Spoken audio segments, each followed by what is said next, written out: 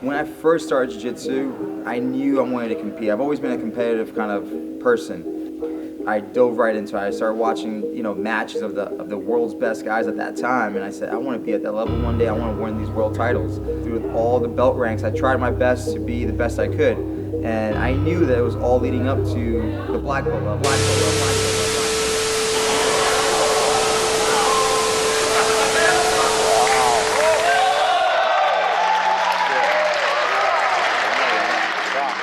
A little mistake leads to a submission. He caught me clean.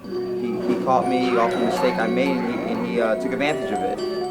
I've never had an issue when it came to losing. I accept it like a man, and I take it as a learning process. I've always taken my losses in a positive way, where I know they're going to make me better. I know I'm not going to make that mistake again, and I'm going to learn from it and grow from it.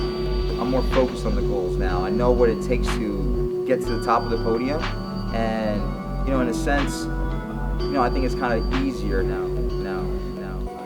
Now that I spent the last 9 years competing at the highest level, I've learned that it's just another match. And ever since I've learned that, I've had more success. It's just another match. Every time you go out there and compete, and this is a piece of advice I'll give to the other competitors out there, when you go out there and compete, yes, you should be aware of who you're competing against and what they can do and what their game is, their style.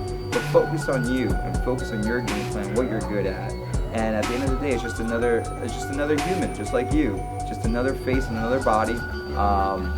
We're skilled and talented, but that's why you train hard, you work hard, and you prepare well, so you can accomplish anything you want.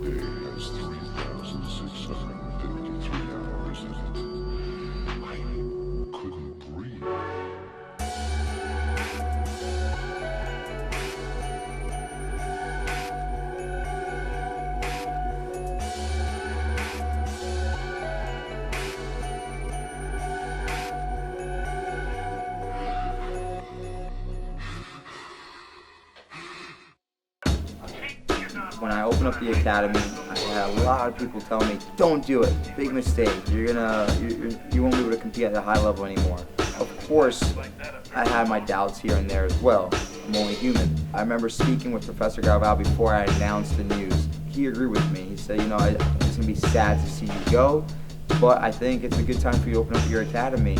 And he told me, he goes, when I first won my first ADCC, it was right when I first opened my academy in San Diego. I had white belts and blue belts to train with.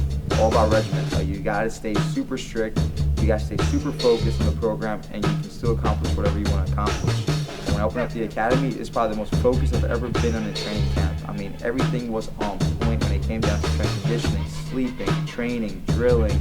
Everything that I needed to do to win, I did it on point, and it worked out for me. If you're one of those few out there who are willing to put in that hard work, it is the hardest I've ever worked in my life, I'll tell you that. It's possible. It is very possible.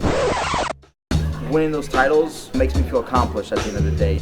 I set out to make these goals and I accomplished them, I hit them through hard work and staying persistent on the path.